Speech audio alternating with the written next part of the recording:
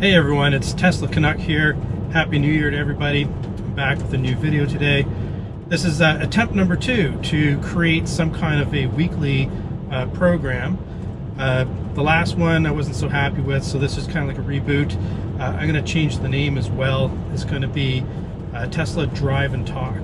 So I'm going to try to do one of these, I don't know, every week or so. And basically what I'm going to do is I'm going to get in my car, I'm going to drive around. Hopefully drive in an area which has some decent type of scenery for you guys to look at, and then I'm going to talk about a few things that that are in the news about Tesla, and hopefully get your comments in the comments section and have a discussion around them. And if people like this segment, I'll obviously do more of them. All right, so there's a couple things, I think maybe 3 things I'll try to tackle today. The first one is going to be about the news that I woke up to this morning, which was, Tesla stock down 9%, missed analyst expectations. Ooh, I've got some stuff to say about that.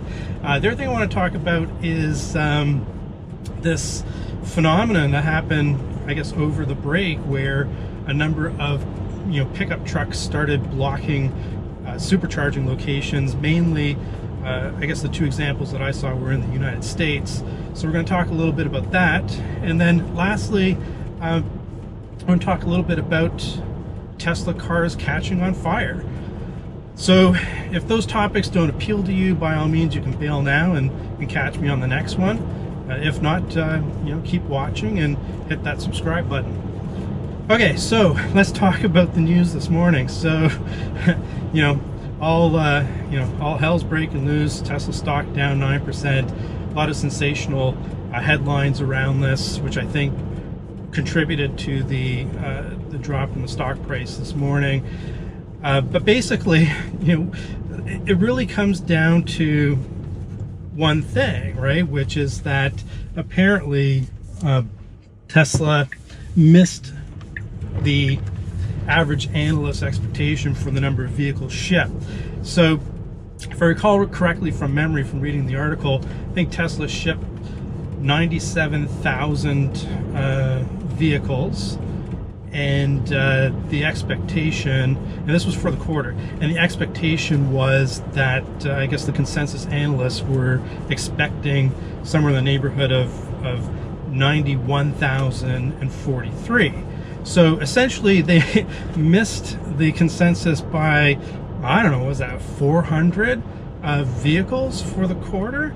And for the year it was apparently pretty bang on. But this seems very unreasonable to me. To me, the real story is that last fiscal year Tesla sold pretty much as many cars as they did in all the previous years combined.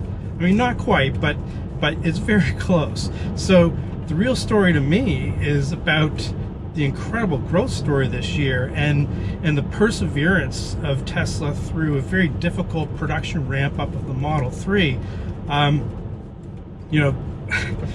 Why the stock went down 9% this morning?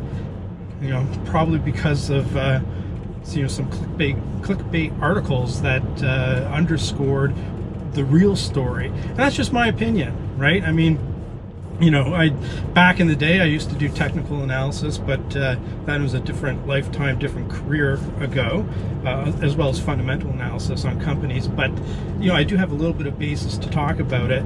I think it's completely irrational. I think if I look at what Tesla really accomplished this year, man, I don't own any stock because I'm an idiot and I didn't get in early enough. But if I did have some Tesla stock, I'd be in for the long haul. This is going to be a rocket ship over the next few years. It's just beginning. So anyhow, that's my perspective on the article. With Elon, love him or hate him, it doesn't really matter. Dude's got balls. Dude accomplished some amazing things this last year that just didn't seem possible at one point in time. So that's all I'm going to say on that. Why don't we move on to the next topic? But do let me know what you think about that news this morning in the comments section. So the next thing is about this phenomena where we've got pickup trucks mainly in the United States, at least the stories that I've seen, where they are blocking supercharger locations and preventing other Tesla owners from charging their vehicles. Now again, I mean, the two examples that I saw in the news were out of the United States. I've not seen anything similar here in Canada or heard of anything similar. Not that it couldn't happen. So my take on this is really, you know, humanity's sinking to a new low, basically, right? I mean, what kind of that behavior is completely unbecoming of a civilized society, right? It doesn't matter what your view is in terms of you know, fossil fuels and whether, you know, good or bad. I mean, I think they're bad, but you know, that's just my opinion. You know, it doesn't really matter how you feel about the decline of the use of fossil fuels, and that's probably just going to accelerate over the next several years.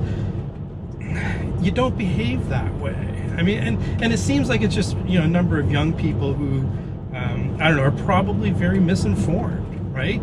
Tesla is an American company, and to see this happening in the United States is really, it's a head scratcher, right?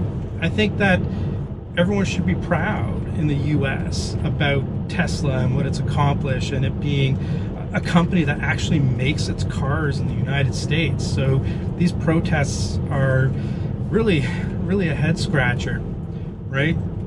So it'd be interesting to know from the viewers in Europe. I mean, whenever I travel to Europe on business, for example, I really don't see any pickup trucks, right? Maybe we're just picking on pickup trucks here. It could be any vehicle blocking a charging station, but it seems to be more sensational.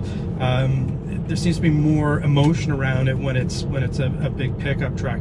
But in Europe, I don't see a lot of pickup trucks, like practically none, whenever I go over there. So, you know, and also in terms of the mentality of doing something like that, is this something that you would envision seeing happening in Europe as well?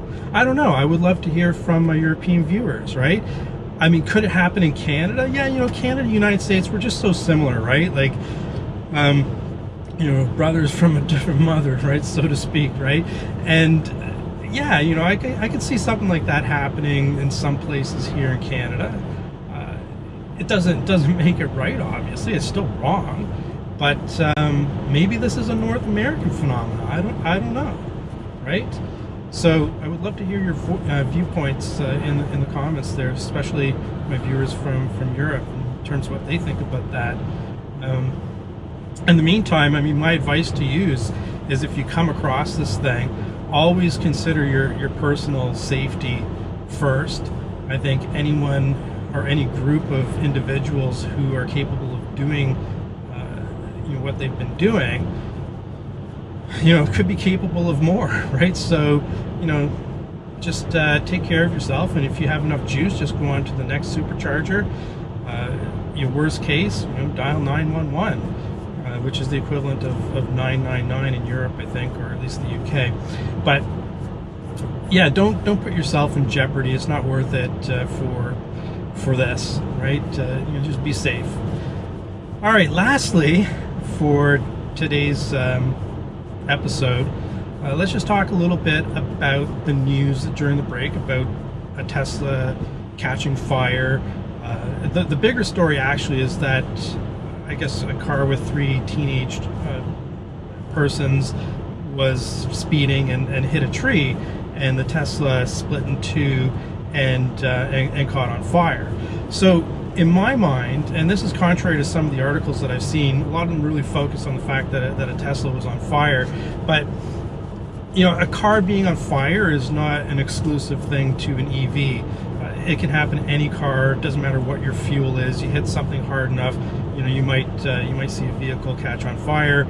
In fact, in North America, we actually have a word for it because it happens so often. It's called the barbecue, which for those of you who may not be familiar with that lingo, it's basically a play on the word barbecue. And a barbecue is essentially, you It's something you do in your backyard. You grill up some food, right? So it's a play on that word. It's called a barbecue. There's nothing new about that. In my mind, you know, what the real story is here is how devastating of an accident that was at high speed. It split the car in two, and all three of the passengers survived. I mean, I understand that one has some critical injuries, but you know, the fact that all three survived that crash, that to me is the real story. And regardless of maybe some of the stupidity that went into the speeding and perhaps the inexperienced youths who were driving or whatever, forget about that for a moment. Nobody likes to see an accident. Nobody wants an accident to happen. But I mean, to have people survive this crash, I think that's just another feather in the cap for the safety record of Teslas. They, you know, are, if you look at an article that came out not so long ago, it had the top 50 safest cars, and you know, Tesla owns the top 3 spots. And this is just more evidence of how Elon and Tesla have built a very safe vehicle. So kudos to Tesla for making these cars and making safety such a priority. So thank you for that. Let me know what you think in the comments about that particular article.